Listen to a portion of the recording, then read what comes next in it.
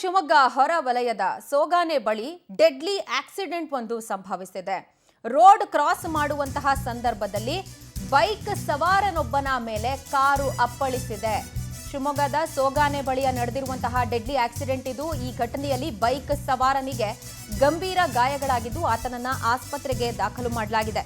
ಇನ್ನು ಈ deadly ಆಕ್ಸಿಡೆಂಟ್ನ video ಸ್ಥಳದಲ್ಲೇ ಇದ್ದಂತಹ ಸಿಸಿ ಕ್ಯಾಮೆರಾದಲ್ಲಿ ಸೆರೆಯಾಗಿದ್ದು ಬೈಕ್ಗೆ ಕಾರ್ ಡಿಕ್ಕಿಯಾದ ಪರಿಣಾಮ ಆ ಸವಾರ ಹಾರಿ ಬಿದ್ದಿದ್ದಾನೆ.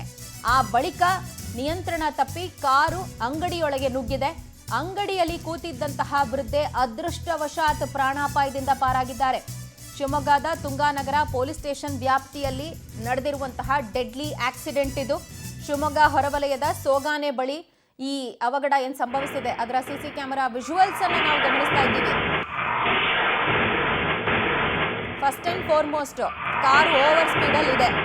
ಆ ಟೂ ವೀಲರ್ ತನ್ಪಾಡಿಗೆ ತಾನು ಎಡಕ್ಕೆ ಚಲಿಸಬೇಕಾಗಿತ್ತು. ಆತ ಟರ್ನ್ ತೆಗೆದುಕೊಳ್ಳುವಂತಹ ಸಂದರ್ಭದಲ್ಲಿ ಆ ಕಾರು ಟೂ ವೀಲರ್ಗೆ ಗುದ್ದಿ ಆ ಬಳಿಕ ರಸ್ತೆ ಬದಿಯೇ ಇದ್ದಂತಹ ಅಂಗಡಿಗೆ ಸಹ ನುಗ್ಗಿದೆ.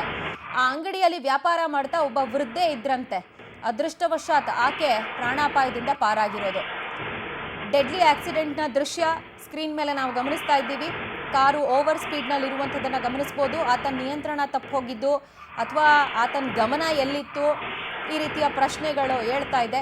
ಪೊಲೀಸರು ಈ ಕುರಿತಾಗಿ ತನಿಖೆಯ ಬಳಿಕವಷ್ಟೇ ಆತ ಏನಾದರೂ ಕುಡಿದು ಗಾಡಿ ಓಡಿಸ್ತಾ ಇದ್ನ ಅಥವಾ ಓವರ್ ಸ್ಪೀಡ್ ಮಾಡುವಂಥ ಅವಶ್ಯಕತೆ ಆದರೂ ಏನಿತ್ತು, ಈತನಿಂದ ಉಂಟಾಗಿರೋ ಹಾನಿ, ಈ ಎಲ್ಲ ವಿಚಾರಕ್ಕೆ ಸಂಬಂಧಪಟ್ಟ ಹಾಗೆ ಮಾಹಿತಿಗಳನ್ನು ನೀಡಬೇಕಿದೆ.